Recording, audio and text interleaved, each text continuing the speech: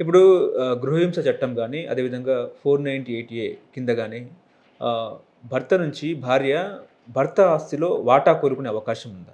భర్త ఆస్తిలో వాటా అడగడానికి అంటే ఆ చట్టం కింద లేదు. హ్మ్. అంటే జనరల్లీ ఆహ్, ఆహ్, అంటే ఆహ్, బెదిరింపులకు పాల్పడతారు కదా సార్ ఇప్పుడు. బెదిరింపులకు పాల్పడొచ్చు. ఆస్తులు గావాలి. ఆస్తులు కావాలని తండ్రి అడిగితే అంటే అంటే భర్త ఆస్తిలో సగం వాటా కావాలి. లేకపోతే ఆస్తులు గావాలి. తల్లిదండ్రుల ఆస్తులు గావాలి. వాళ్ళ తల్లిదండ్రుల ఆస్తులు గూడా కావాలని వాళ్ళ చెప్పి అత్తమామల నుంచి. అంటే అత్తమామల ఆస్తులు అయితే ఏముండదా? చాలామంది అంటే దీంట్లో ఒక 2, 3 ఇంట్రెస్టింగ్ థింగ్స్ ఉంటాయి. ఓకే. ఒకటేమో ఆహ్, భర్త తల్లిదండ్రుల ఆస్తిలో భార్య గాని ఏదైనా క్లెయిమ్ చేయొచ్చా అనేది ఒక ప్రశ్న. హ్మ్. సో, అట్లా చాలామంది అడుగుతుంటారు. అయితే ఏంది భర్త తల్లిదండ్రుల ఆస్తిలో ఏ రకంగా గూడా భార్యకు హక్కు ఉండదు. ఓకే. దాన్ని హక్కు ఏ రకంగా గూడా రాదు. భ భర్త యొక్క తల్లిదండ్రులు గాని, వాళ్ళ కుటుంబ సభ్యుల ఆస్తులు వాళ్ళే. దాంట్లో ఈమె అడగడానికి లేదు. అడిగినా గాని ఎటువంటి ఆస్తిలో భాగం గూడా ఇవ్వరు. ఇది చాలా క్లియర్. ఒక్కొక్కసారి ఏమైతదంటే చాలామంది ఏమనుకుంటారంటే, మా ఆస్తిలో అంటే మా తల్లిదండ్రుల ఆస్తిలో ఈమె గాని అడగొచ్చు నన్ను డబ్బులు. కాబట్టి తల్లిదండ్రులతోనే ఒక పబ్లిక్ నోటీసు ఇప్పిస్తారు. ఏందంటే, మేము ఇప్పటి నుంచి మా అబ్బాయి కాదు. హ్మ్. మేము ఎప్పుడో వదిలేసినాము. ఆయనను మేము బేదఖలు చేస్తున్నాము. మాకు ఆయనకు సంబంధం లేదు.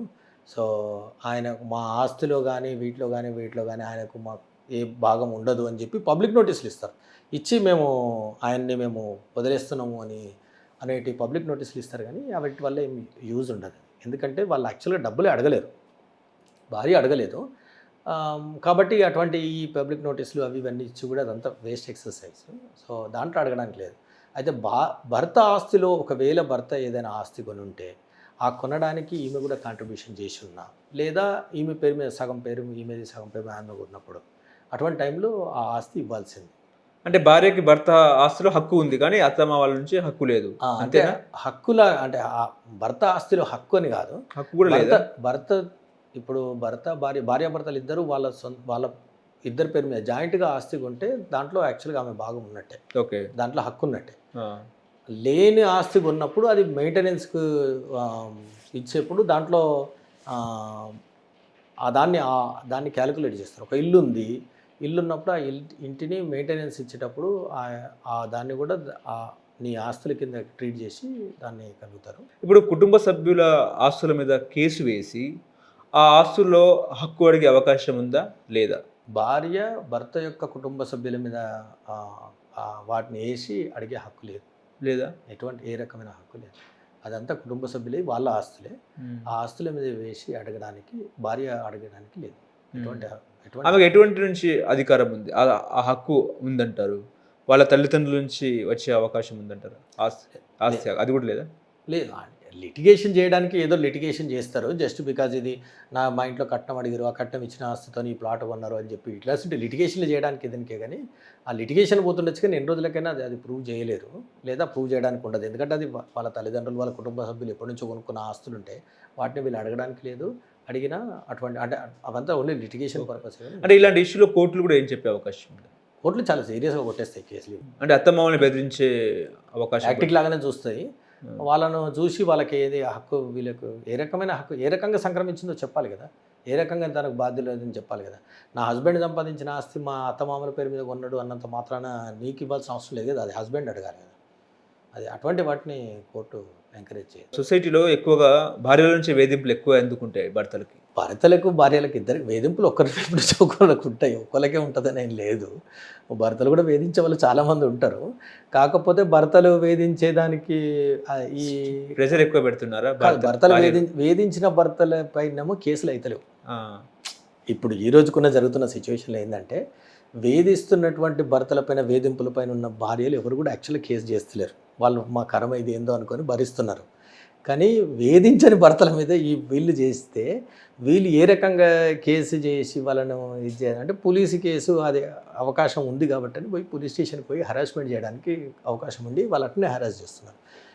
హస్బెండ్స్ నిజంగానే వేధింపులకు గురి చేస్తున్నారు. చాలామంది భార్యలున్నారు. అటువంటి వాళ్ళేమో మా ఫేట్ ఇంతే అనుకోని చెప్పి ఉన్నవాళ్ళు చాలామందున్నారు. ఇప్పుడు 498 క్వాష్ పిటిషన్ పెట్టే అవకాశం ఉందా? 498 చాలా క్లియర్‌గా క్వాష్ పిటిషన్ ఏసుకోవచ్చు. ఏవైతే కొన్ని ఫేక్ కేసులు, ఫాల్స్ కేసులు ఏవైతే చేస్తారో, చాలా కేసులు 498 కేసులు ఇప్పుడు సుప్రీంకోర్టులు కానీ హైకోర్టులు కానీ సుప్రీంకోర్టు కానీ చాలా క్లియర్గా చెప్పింది. ఎన్నిసార్లు ఎన్నో 498A కేసులను వీటన్నిటిని క్వాష్ చేస్తున్నప్పుడు ప్రతిసారి చెప్పింది ఏంటంటే కొన్ని కేసులు ఫేస్ మీద వాటి చూస్తేనే ఇవి యాక్చువల్గా ఫేక్ కేసులని తెలిసిపోతుంది. ఇటువంటి వాటిని పెట్టడం వల్ల court time waste, resources waste, police వీళ్ళందరూ కూడా వేస్ట్. కాబట్టి కేసులు ఒక ఇంట్రెస్టింగ్ కేసు ఉంటుంది. ఒక ఆమె ఇది ఐ థింక్ ఇక్కడ వేరే స్టేట్లో జరిగింది రీసెంట్గా. తను ఏం పెట్టిందంటే ఆయన మామూలుగా ఈ పానీపూరి అమ్ముకునే వ్యక్తి, రోడ్డు మీద పానీపూరీలు అమ్ముకుంటాడు వాడు. ఈమె కూడా అదే అటువంటి లేబర్ స్టాండర్డ్స్లో ఏదో పని చేసుకుంటారు. అయితే హస్బెండ్ నన్ను BMW కార్ అడిగిండి అని చెప్పి కేసు పెట్టింది. హస్బెండ్ BMW కార్ నన్ను కట్నం కింద అడుగుతున్నాడు అని చెప్పి కేసు పెట్టింది. వాడు ఓన్లీ ఆ పానీపూరీలు అమ్ముకునే వ్యక్తి.